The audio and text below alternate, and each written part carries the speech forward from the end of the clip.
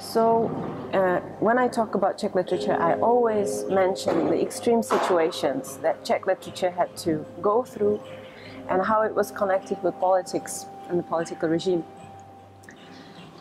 And usually there was a big brother who was trying to, as if, step onto Czech land and destroy what could be destroyed. Whether it's the Austro-Hungarian Empire, where we never managed to have our proper country that would be equal to Austria and Hungary. So then in the year 1918, Tomáš Garrigue Masaryk had to go abroad and get as many allies as possible, especially in the US, Woodrow Wilson, and in France, but also in other nations who all supported basically the beginning of Czechoslovak Republic, which happened in 1918. So if it was not for these renowned, internationally famous figures, there would be no Czech literature, no Czech Republic ever. And in the First Republic in 1918, we actually had the most successful democracy in Europe. Whether it was industry, culture, politics, it all worked very well. Then the two wars followed, and that's how we get to Kafka after the First World War and Václav Havel, the Czech descent after the Second World War.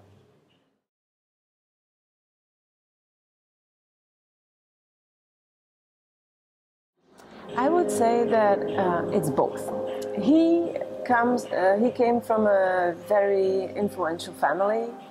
His father had Barandov, owned several buildings, industry and all of that. So he was from a wealthy and well-educated family. So obviously in his family, works of literature from around the whole world were read, so he was well read. On the other hand, he did come from typically Czech situation. He grew up during oppression, and he read a lot of Kafka and a lot of writers who dealt with totalitarianism and how to start a dissent. Because it was actually Havel who really started or put the group of dissidents together in Czechoslovakia.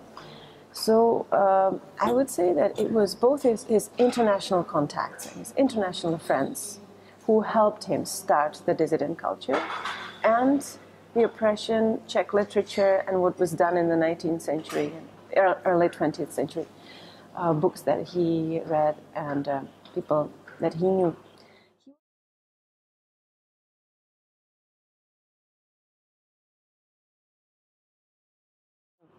He was not a politician at first. He really wanted to write drama. He was a philosopher.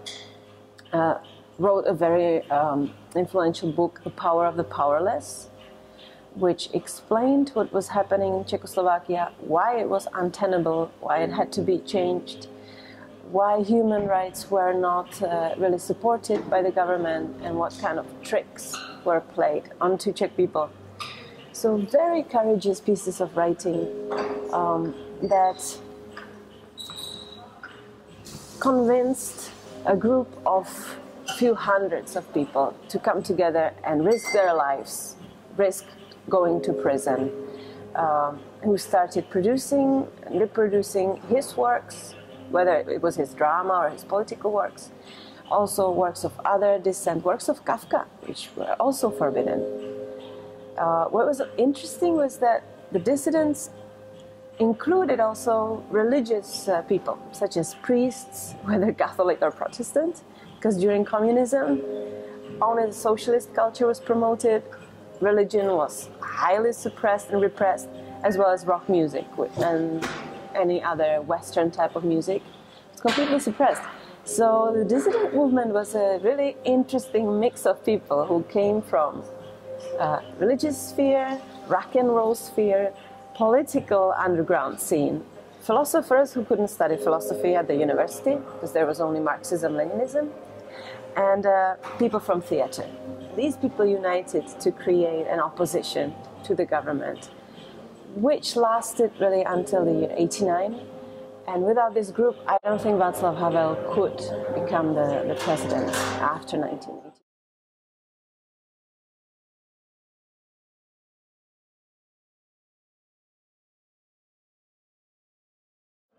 the period of normalization continued, extreme censorship in music, literature. All the lyrics of all bands had to be approved by a special committee. Most works of literature could not be published if they had any non-communist element in them. So during this censorship, a rock and roll group, Plastic People of the Universe, started playing, of course secretly, because their lyrics were not approved. First of all, they were in English, and even when they were in Czech, they were very anti-communist.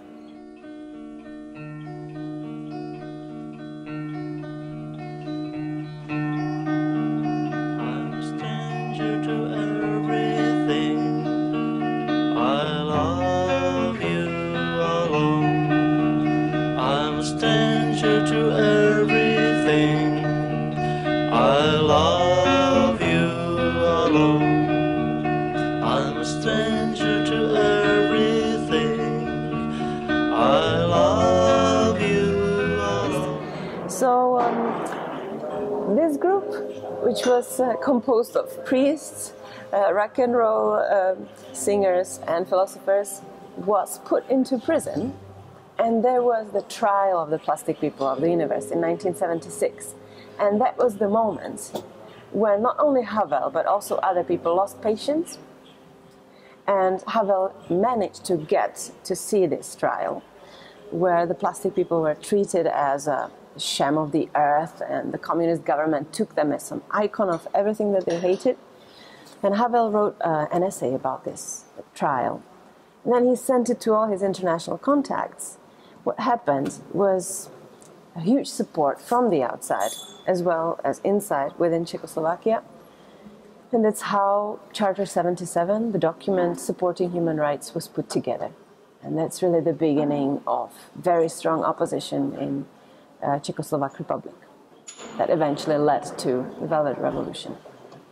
So I think if it wasn't for music, if it wasn't for rock and roll, and the combination of folk music, rock music, priests, politicians, and this family, there would be no fame for Václav Havel, and there would be really no democracy in Czech lands.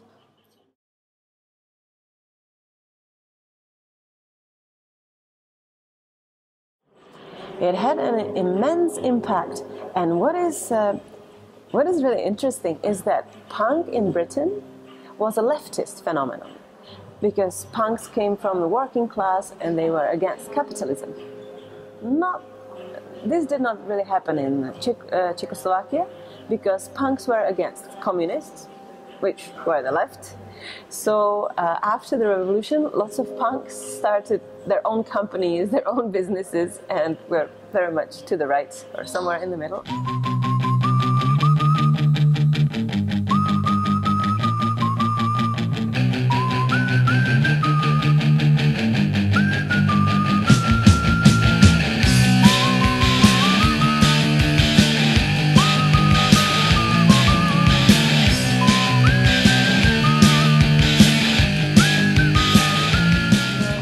Phenomenon could not really be bound by the communist government. There was no way of controlling punks. They had concerts all over the Republic, and they really cared about their individual style and individual as if freedom of speech. So it was not a movement. It was not a group that would stick together like the underground rock, but more an anarchist tendency that disrupted everything that there was. So in this way, I think the poetry that resulted from this was very subversive.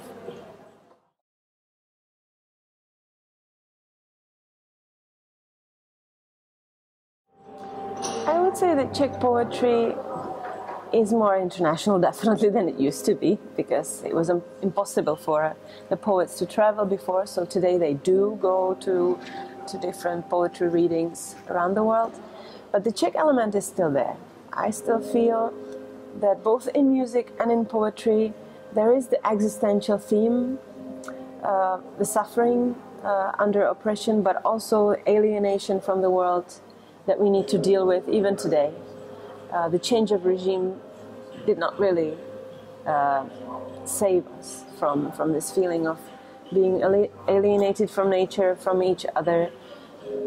So the darker feelings in Czech literature are still here. They just have a different enemy. Whether it's the government, capitalism, the EU, or any other oppressor there might be. There's still something, the rebels still find an enemy they can fight against easily, I think. But there's freedom of speech. Poets can travel anywhere. They can join musicians, dance, theater. So in this respect, I would say that poetry becomes a multi-dimensional means of communication. You can find it in videos, you can find it in movies, written poetry. So in this, I see the future of poetry.